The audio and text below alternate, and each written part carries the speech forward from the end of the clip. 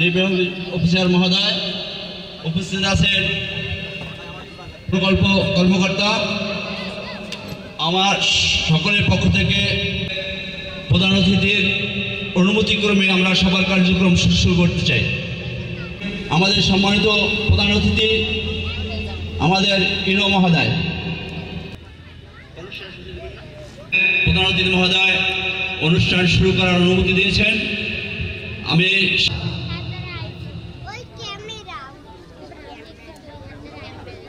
সবাইকে অতিথি খুলনার পক্ষ থেকে অনেক অনেক শুভেচ্ছা অভিনন্দন জানিয়ে আমরা শুরু করতে যাচ্ছি।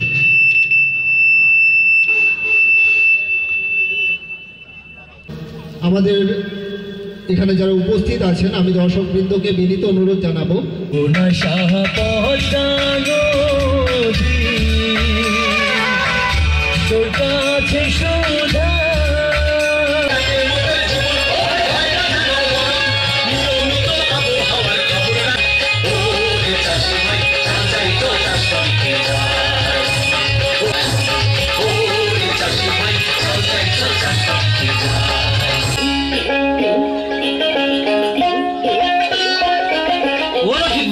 সব তসনস করবে, কই কিছু হয়েছে? এবারও কিছু হবে না। অতি কতক্ষণ ভাই, তুমি তো কিছু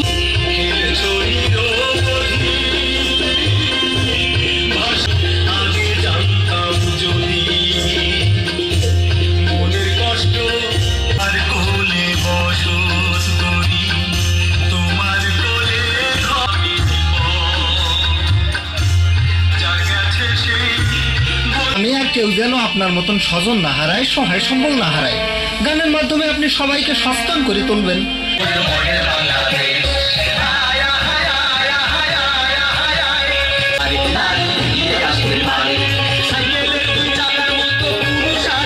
জনগণকে যথাসময়ে প্রয়োজনীয় জিনিসপত্র নিয়ে নিকটস্থ আশ্রয়। আবহাওয়ার বিশেষ বিজ্ঞপ্তি, উত্তর বঙ্গোপসাগরে অবস্থানরত প্রবল ঘূর্ণিঝড়টি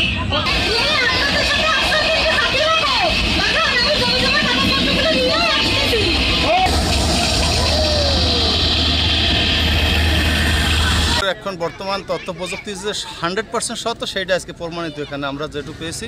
কারণ আজকে এই প্রোগ্রামে এক মিনিটে প্রমাণ হয়েছে যে সচেতনায় মানুষের মুক্তি, সচেতন হইলে যে কতটা উপকার সেটা আজকে প্রমাণ এখানে আমরা যেটা শিখতে পারছি। এবং তারা নাটকের মাধ্যমে যেটা দেখাইছে যে শতভাগ না হলেও অন্তত 80% নিরাপদ থাকা যায় যদি মানুষ সচেতন হয়। দুর্যোগকালীন যে আমাদের সিগন্যালগুলো আসে সেই সিগন্যালকে আমরা গুরুত্ব দিই না, যে গুরুত্ব না দেওয়ার কারণেই ক্ষতি বেশি হয়। এবং গুরুত্ব দেওয়ার কারণে আজকে এই প্রোগ্রামে যেটা প্রমাণ হলো যে অনেক ক্ষতি সংখ্যা কমে গেছে এবং জানমাল নিরাপদে ছিল। গরু, ছাগল, গবাদি পশু হইতে যা কিছু ছিল, ঘরবাড়ি অনেকটা নিরাপদ ছিল। তার একমাত্র কারণ তারা সচেতনতা অবলম্বন করছে, এইটাই বড় আমাদের কাছে মনে হয়েছে।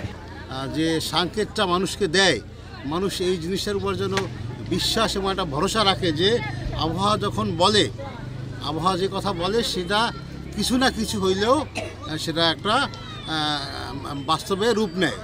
আমরা অনেক সময় মনে করি যে ও আল্লাহ কিছুই করবেন না। ঠিক আছে, আল্লাহ কিন্তু আমাদেরকে সমস্ত জ্ঞান দিয়ে দিয়েছে।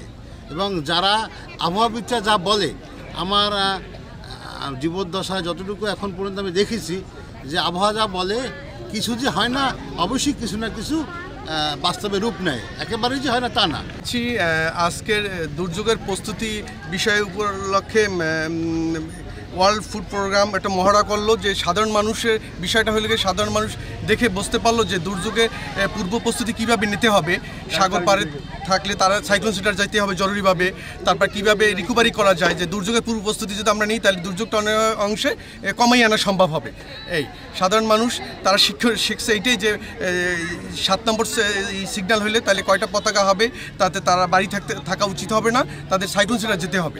ওয়ার্ল্ড ফুড প্রোগ্রামের ওদের আয়োজনে একটি সুন্দর নাটিকার মাধ্যমে দুর্যোগের পূর্বে কীভাবে প্রস্তুতি নিতে হবে সেই বিষয়ে একটি নাটিকা আমরা দেখলাম। নাটিকার মাধ্যমে সাধারণ জনগণকে, বিশেষ করে সাগর পাড় এবং নদীর পাড়ে উপকূলীয় এলাকার যে জনগণ আছে তাদেরকে একটি গ্রেট মেসেজ দেওয়া গিয়েছে। বিশেষ করে অনেক ক্ষেত্রে আমরা দেখি নদীর পাড় এবং সাগর পাড়ের জনগণ দুর্যোগের পূর্বে তারা আশ্রয়কেন্দ্রে যাওয়ার ক্ষেত্রে উদাসীন থাকে।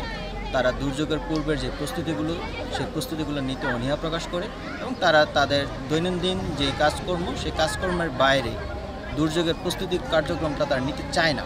আজকে নাটিকার মাধ্যমে এবং তাদের এই প্রোগ্রামের মাধ্যমে তাদেরকে এই সচেতনটা করা হয়েছে এবং আশা করছি তারা নদীর পাড়ের এবং উপকূলবর্তী যে জনগণরা আছে তারা এটা থেকে শিক্ষা গ্রহণ করবে এবং তারা দুর্যোগের প্রস্তুতিগুলো যথাযথভাবে যথাসময়ে সেগুলো গ্রহণ করবে।